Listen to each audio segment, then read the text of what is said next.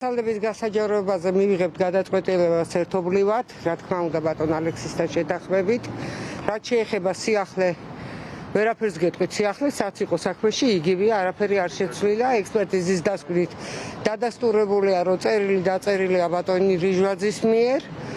რაც მნიშვნელოვანია. Რამდენიმე წუთიანი, წამიანი უпростоრეთ უყურადღებოთ ჩანთის დატოვება დახურულ სივრცეში, ფანჩატურს კი ამბობთ თქვენ, მაგრამ ეს ფანჩატური არის ჩვეულებრივი ოთახი დახურული, რომელიც ეკეტება კარები, რომელსაც კარი ეკეტება, არ არის ეს ღია სივრცეში.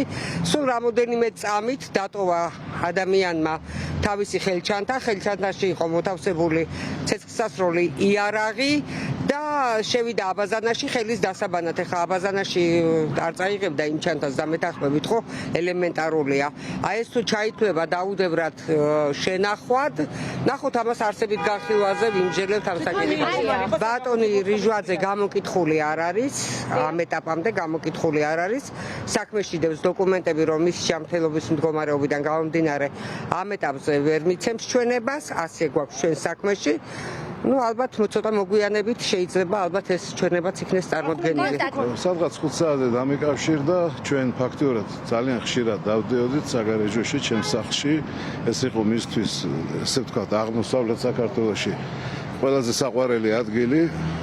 იმ პერიოდშიც კი ვთქვათ, მე როდესაც არ ვიყავი თბილისში და მას უწევდა მივლინება, ჩემს გარეშეც მიდიოდა, რჩებოდა, იმიტომ რომ ერთ-ერთი მისთვის საყვარელი და საყვარელი სამეგობრო ყავს საკმაოდ და დამიკავშირდა მთხოვა, რომ მეორე დღეს იცით რომ ორშაბათი იყო, აქ დათვლილი მქონდა და ხვალ მაინც მიდიხარ, მოდი ჩავირბინოთ საგარეჯოში, ბიჭები ვნახოთ რაღაცად, მე გვიან წამოვიდეთ.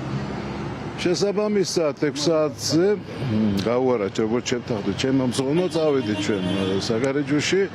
გზიდან დაურეკე ჩემს ორ ადგილობრივ მეგობარს, სახლში დაურეკე ჩემს დამხმარე ქალბატონს და როგორც ხდება ჩავედით, ვიმყოფებოდით მე, ჩემი შვილი, უმცროსი შვილი, ჩემი ორი ადგილობრივი ბავშვობის მეგობარი, დამხმარე ქალბატონი ჩემი და მძღოლი. დაახლოებით 1 საათში, საათნახევარში შემოგვიერთდა თორნიკეს მამა, ბატონი დავითი და მისი სიძე დისკმარი დავითი. და იყო ჩვეულებრივი მეგობრული ვახშამი, ვინაიდან დილით ადრე უნდა წამოსულიყავით, 8 საათზე მყავდა მძღოლი დაბარებული. შევედით და როგორ არის იცით, აი აქეთ მხარეს არის მისი საძინებელი, სადაც ყოველთვის ისჩებოდა, აქეთ მხარეს არის ცენტრალურ ოთახში შესასვლელი და იქვეა ჩემი საძინებელიც.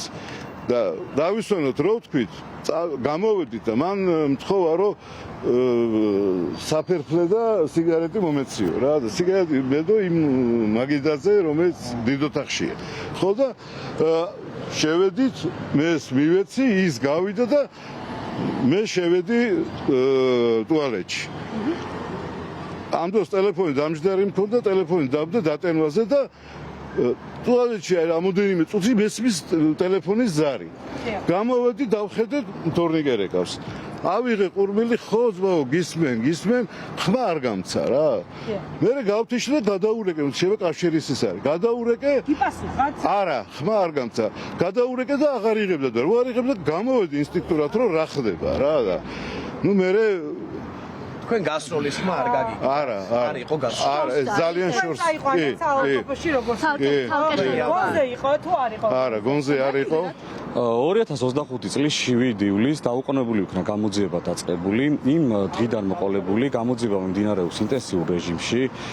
გამოძიების მიერ მოხდა შემთხვევის ადგილის დათვალიერება, ამოღებული იქნა ყველა საჭირო ფაქტობრივი გარემოების დასადგენად ნივთები, ასევე გამოკითხულია და იდენტიფიცირებულია ყველა პირი, მათ შორის საქმეზე ამოღებულია ვიდეო ჩანაწერი და საქმეზე დანიშნულია არაერთი ექსპერტიზა, გარკვეული ექსპერტიზები უკვე გამოძიების მიერ იქნა მოპოვებული.